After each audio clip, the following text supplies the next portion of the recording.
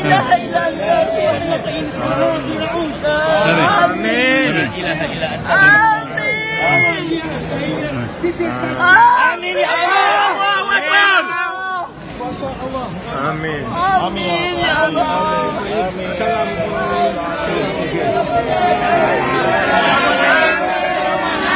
Ya Allah, peliharakanlah khalifah Islam di Malaysia ya Allah. Ya Allah, peliharakanlah khalifah Islam di Malaysia ya Allah. Ya Allah, peliharakanlah negara Allah.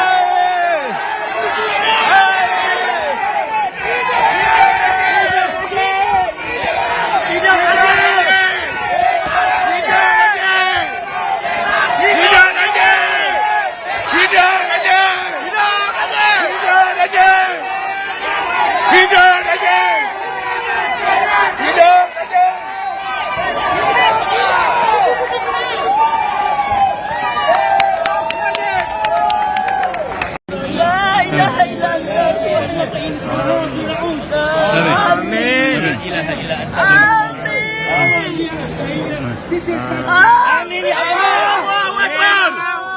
Allahu Akbar. Amin. Amin ya Allah.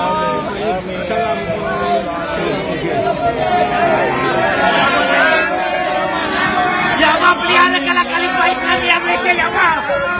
Ya Allah, peliharakanlah khalifah Islam di Malaysia ya Allah.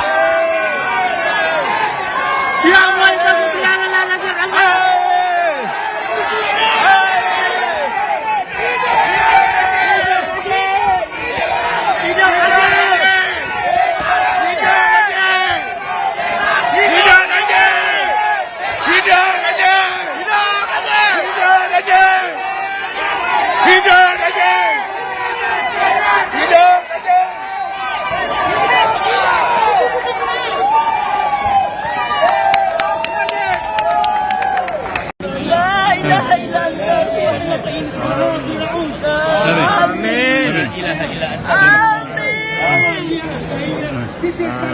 Amin ya Allah.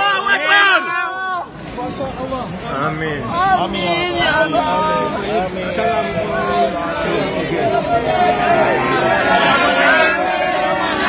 Ya Allah, peliharakanlah khalifah Islam di Malaysia ya Allah. Ya Allah, peliharakanlah khalifah Islam di Malaysia ya Allah. Ya Allah, peliharakanlah negara Allah.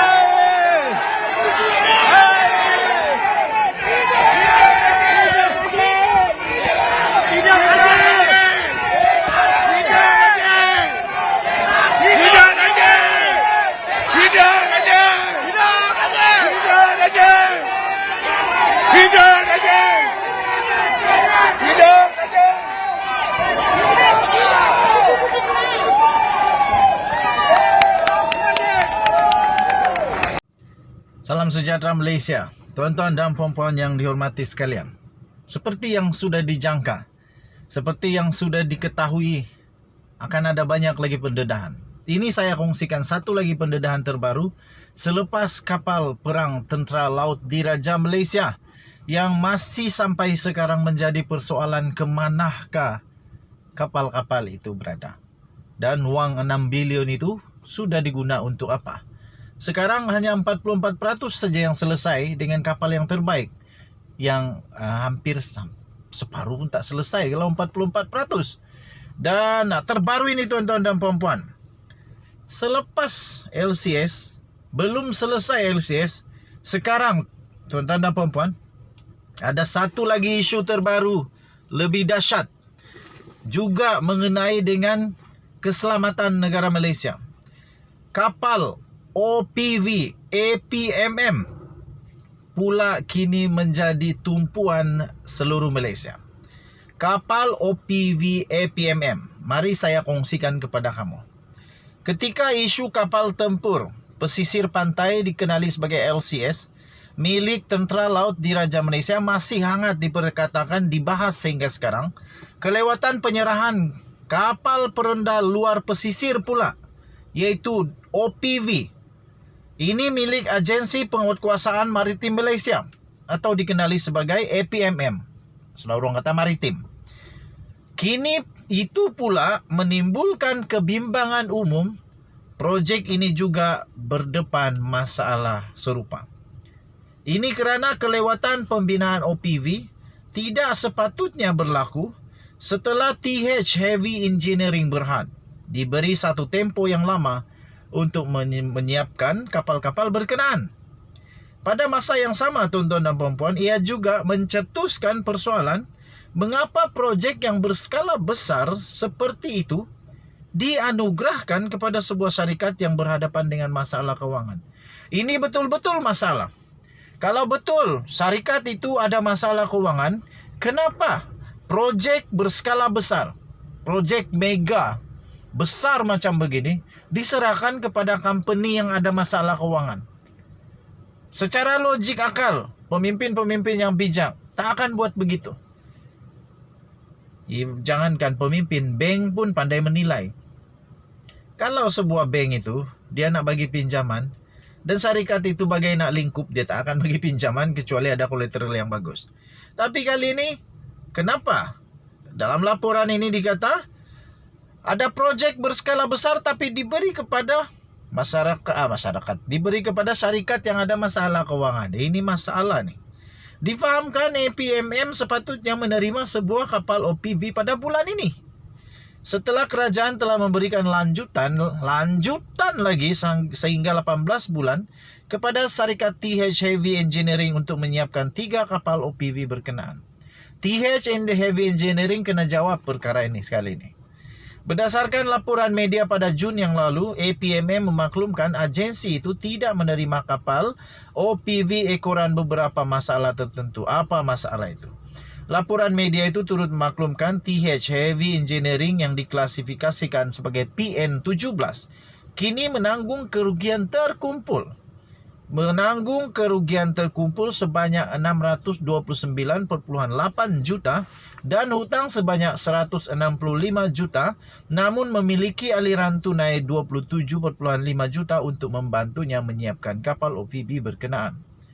Penganalisis pertahanan iaitu Muhammad Fuad Matnor berkata, sebagaimana amalan penganugerahan, kontrak kerajaan perlu melalui tapisan pemilihan yang ketat.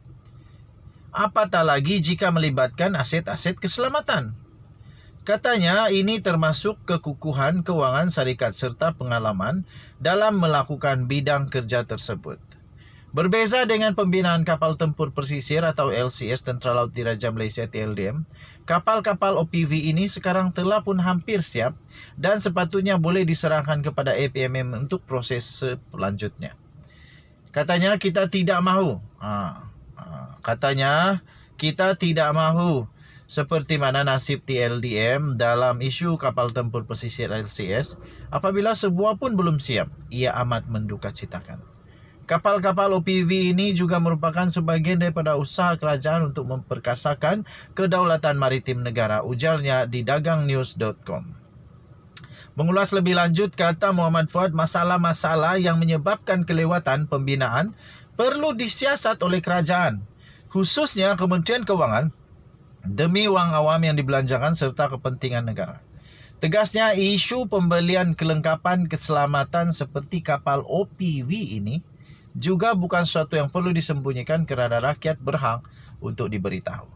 APMM amat memerlukan OPV kerana kapal ini besar dan boleh berlayar untuk jangka masa yang lebih lama kerana fungsinya sebagai kapal induk kepada kapal kecil yang lain, katanya lagi. Ujarnya, kehadiran kapal-kapal OPV di perairan negara kelak akan menghindar anasir-anasir luar yang cuba menjeroboh, katanya dalam kenyataan itu.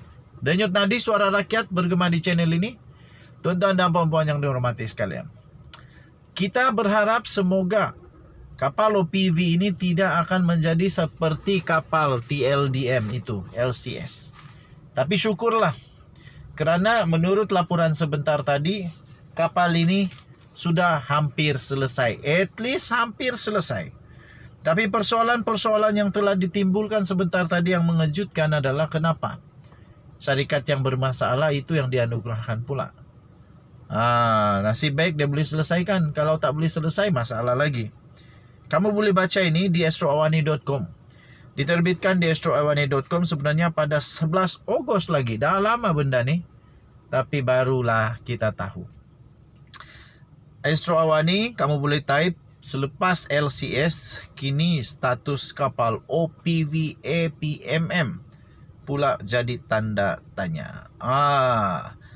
Okey, so pada saya semua perkara ini amat penting kerana keselamatan negara, melibatkan keselamatan negara.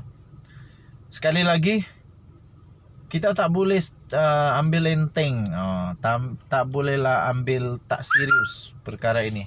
Sebab perkara ini amat bahaya bagi negara kita. Dan agak memalukanlah kalau negara Malaysia pasal keselamatan pun boleh juga kena pusing-pusing.